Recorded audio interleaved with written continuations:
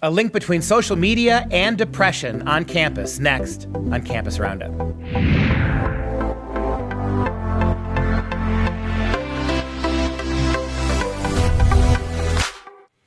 Hello, I'm Dr. Duke, and this is the Campus Roundup at TheCollegeFix. Our top story segment today focuses on college students and the impact of social media on their lives. To talk more about this, we welcome Ethan Berman, a senior at the University of Texas at Austin and a journalist for the-CollegeFix. Ethan, thanks for joining us today. Thanks for having me. You wrote a really interesting article, studied under the University of Pennsylvania. Talk about the experiment, the tests that were done, and what the results were. Right. So researchers, what they ended up doing was they broke 147 students into two groups, an experiment group and a control group. And the experiment group was limited to only using three social media platforms, Facebook, Snapchat, and Instagram. And they only had 10 minutes to use them per day because that was the expected amount. That was the limited minimum amount that they could use it for that would still manage to decrease the feelings of depression, loneliness, and other things the psychologists felt that needed to be decreased. That's really quite remarkable, given I'm not a millennial by any stretch of the imagination. I'm certainly not between 18 and 24. I spend way more time on my cell phone than just basically 30 minutes a day for 10 for each of the three platforms. But the results are pretty shocking, right? That after kids got used to doing this, cutting down their cell phone use to about 30 minutes a day with regards to social media, the results are pretty definitive, right? That they're much less depression, much better mood for these kids. Yeah, exactly. They were actually surprised that the 3 weeks is all it took. It's a 4-week study. The first week's to get baselines, and then the 3 weeks were actually the experiment part. And depression and loneliness were so dramatically decreased. They could definitively say that for the study. And other factors such as fear of missing out, anxiety, those were decreased enough as well that future studies are going to look further into how they can decrease those. Did the results suggest in any way what in particular about the social media platforms, places like Instagram and Facebook and Snapchat, the three that they were really focusing on, what is it about those online social media programs that does depress particularly young people? Right. So the study chose those three because they were the most popular and they had the most modifiers. So things like Snapchat have streaks, and Instagram study, a link in the article I wrote about it, that there is another study by the Royal British Society that found that Instagram had the worst mental effect on college-age students because it has such a high reliance on image and constantly sharing elements of your life. Researchers actually noted that they want future studies to look into the actual modifiers of every social media platform because all of these little gimmicks that these platforms have probably have an appreciable impact on people's mental health. So in a way, the way these businesses, and we can't forget, these aren't social services, these are businesses, the way businesses are constructing their platforms and monitoring what happens and the kind of things that are getting foreground on these programs really are leading to greater isolation, greater loneliness, overall depression, and sort of odd notions of body and self-image, right? Because of the way that, as you said with Instagram, you're constantly putting yourself and your life on display. Exactly. It's definitely that. That's definitely what's leading, especially when college-age students and these people that were studied were 18 to 24, and they're the prime demographic of people that, you're trying to figure yourself out and they're in development. So these, exactly as you said, the business element of it is what makes it so addictive is also what's having such an appreciable impact on our mental health.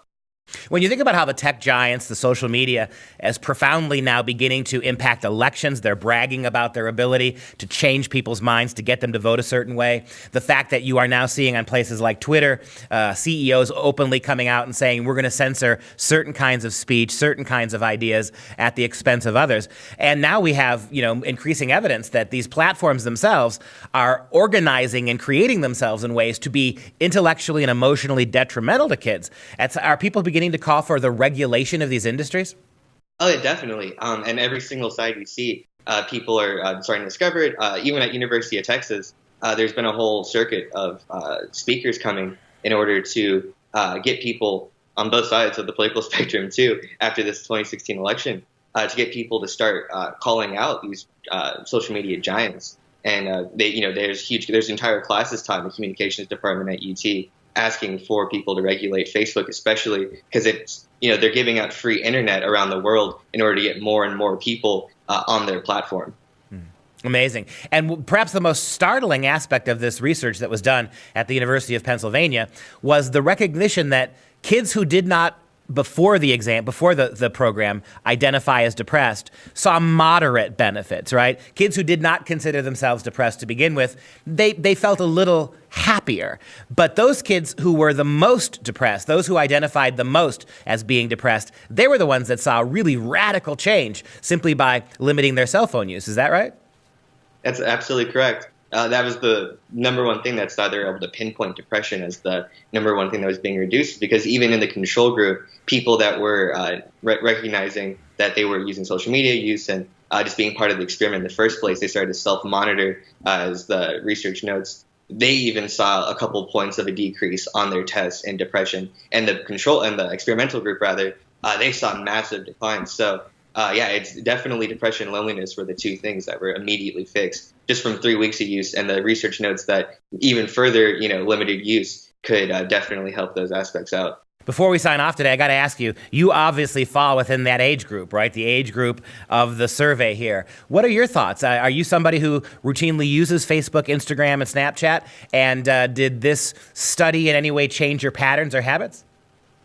Right. So I've been long terrified, as you noted earlier, that Twitter and all these other companies have more nefarious platforms and policies. So I've definitely gotten off of a lot of them. I'm limiting the use other than for journalistic practices or just keeping up with the news. Unfortunately, part of being a modern person is you have to limit it. But definitely with this test, I started trying to limit as much as possible to the 10 minutes because it's definitely had a positive effect on me. So.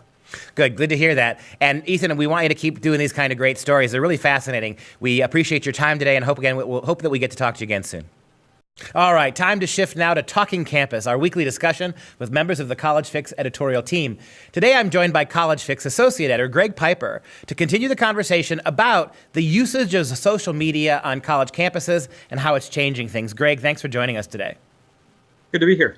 Well, we had a great report about University of Pennsylvania did some research, a pretty comprehensive study that shows that levels of depression, kids who are already depressed, get really much more depressed the more time they spend on social media. And even kids who don't consider themselves depressed find themselves slipping a little bit when they overindulge. Can you talk a little bit about the phenomenon of this kind of technology on college campuses and with regards to education?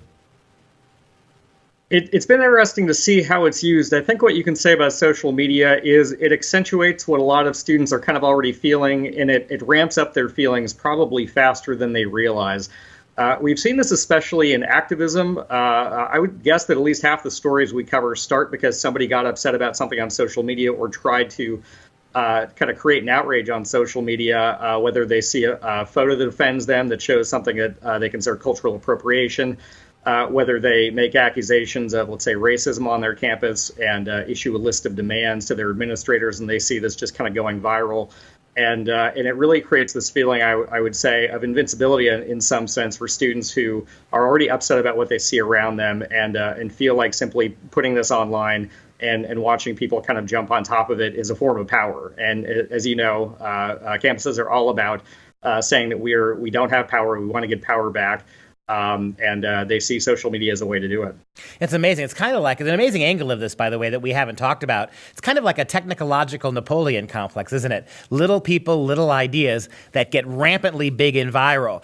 People making a lot of noise on social media, calling attention to things. And perhaps it's maybe your thoughts on this. Perhaps it's the idea that social media, without having to contextualize, without having to even verify, without having to provide any sourcing or truth, can say the most outrageous things, and people pick up on it, and you get this. It's almost like pitchfork mob, without any local place or name to it, right? It's just a viral mob in the ether that's coming down hard on whoever the target happens to be. Yeah, I would say the best example of this, probably in our reporting, has been what happened at the University of Missouri going on 3 years ago now.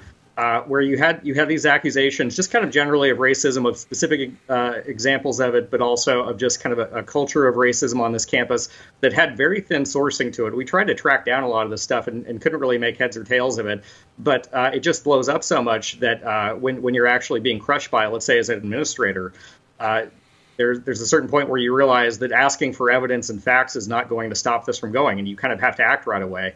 The fastest way to do that is often to try to come up with some answers to demands to meet them halfway, or maybe to even meet them fully, giving them mandatory classes or more funding for their student groups.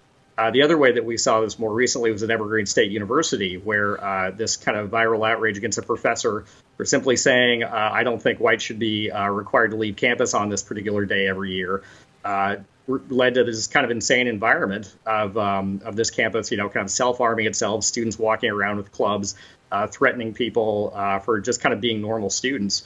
And administrators, I think, a lot of these places, they already know they have these kind of academic environments that encourage this kind of activism. They don't really know how to fight back on it. And so the easiest thing usually is just to capitulate. What is it that's so addictive about it, though? I mean, is it the fact that we certainly aren't training kids to be sustained thinkers and listeners anymore, and the image, the moving image, has grabbed them much more than the written word has? Why, just your final insights here, why is that leading to depression in particular among our college-age students? I think they can see a life that is kind of perfectly set, that is not theirs, that looks a lot better than theirs. And it kind of makes them look at what their life looks like and think, oh, I don't have that amazing Instagram perfect life. And at the same time, you're addicted to it because you want to see all these perfect pictures. You're drawn to, I guess you'd say, kind of the light, the people who look perfect. And the funny thing is that if you can just actually shut this down for a little while, as we've seen in this Penn study and from other research we've seen, just anecdotal evidence from professors who have banned laptops from their class, their students get better grades. They're generally more satisfied. They feel like they get more out of the class. They're probably learning better. I mean, they're actually learning how to, let's say, handwrite, to actually think while they are listening to a lecture. We did a story a few months ago on a professor at Ohio State who's done this, and just talked about the amazing results he got from his classroom of simply students learning how to take notes by hand and paying attention for a sustained period instead of kind of going up and down, getting better grades. And I would assume professors have a professional interest in doing this too, because they'll probably get better evaluations from their students if their students say, I actually learned because I was forced to take notes, I was forced to pay attention for a sustained period of time and engage with my professor instead of just flipping back between Instagram and Twitter and the lecture. We are teaching kids not to reflect, not to study, not to take the long vision of things. We're teaching them that activism all the time, that their job is to react. And it doesn't matter if they have the facts. It doesn't matter if they understand the circumstances. They're taught and trained by us more and more to get radically angry and vocal about certain kinds of things. And so feeding that to the typical kid sitting in a relatively bland, boring college campus where nothing seems to be happening, reading about some outrage at somebody else's campus, there's almost like that gap, right? That boy, it's almost like we wish we had this kind of agitation or problem here so we could be out in the streets protesting rather than sitting here and listening to another boring professor talk. I think that's a good point. We tend to focus on certain campuses that are kind of known for their activism, and for other students who are places, let's say a community college maybe, or just a less selective state school, they don't really have these necessarily big activist cultures yet. And they're trying to create that. They see what change you can make at a place that just has $1 billion endowment, a Harvard or Columbia, and schools are just shelling out all this money. And you think, why isn't my school doing this? Why can't we have mandatory social justice curriculum? Why can't we have a diversity requirement and kind of force our values on the rest of our peers? I would say it's kind of like a form of domination. These activist cultures are so focused on power and privilege. It's kind of like they want to do the exact opposite to their perceived enemies, to assert power and privilege over them by forcing them to study things in order to graduate, by kind of bending administrators to their will, and exercising raw power over the university, which is supposed to be about truth, not raw power. Yeah, I get it. I believe you 100%. It's not about exorcising privilege and power. It's about taking it for ourselves. That's most of what's behind the activists. Anyway, Greg Piper, it's been a great pleasure to speak with you today, and we'll see you next time. For university faculty that are only obsessed about power, the imbalance of power, the fact that power doesn't reside equally among us, for faculty that are obsessed about those ideas, they can only see power. Power is everything they see. It's not about, as we just said, leveling power. It's about taking it back. And in that regard, one of the main aspects, I think, of what's going on with social media and clinical depression on college campuses is using a tool like social media to enforce and activate kids towards social justice activism. It's an activist culture. If you're not angry, if you're not protesting, if you're not viscerally fighting something, and your college peers across the country seem to be doing it, even if what they're doing is tilting its strawman windmills, nevertheless, you feel a little bit left out. In other words, those campuses that are the most stable are more likely to be the ones that are the more depressed when kids are using the social media, because they can't immediately tune in to the adrenaline rush that is the campus chaos that's been reported by outlets like TheCollegeFix from coast to coast. And so for me, the final idea today is maybe if we walked back our ideological preferences, the idea that power is everything, walked it back a little bit in our teaching and our research, and let kids see the right time and place to get exercised rather than trying to get them angry about everything, we might do a little bit to bring down not only social media use on college campus, but the depression that comes with it. And that's the final fix. Be sure to stay up on all the latest news and information from the College Fix by joining us on all of our social media platforms. For the Campus Roundup, I'm Dr. Duke, and we'll see you next time.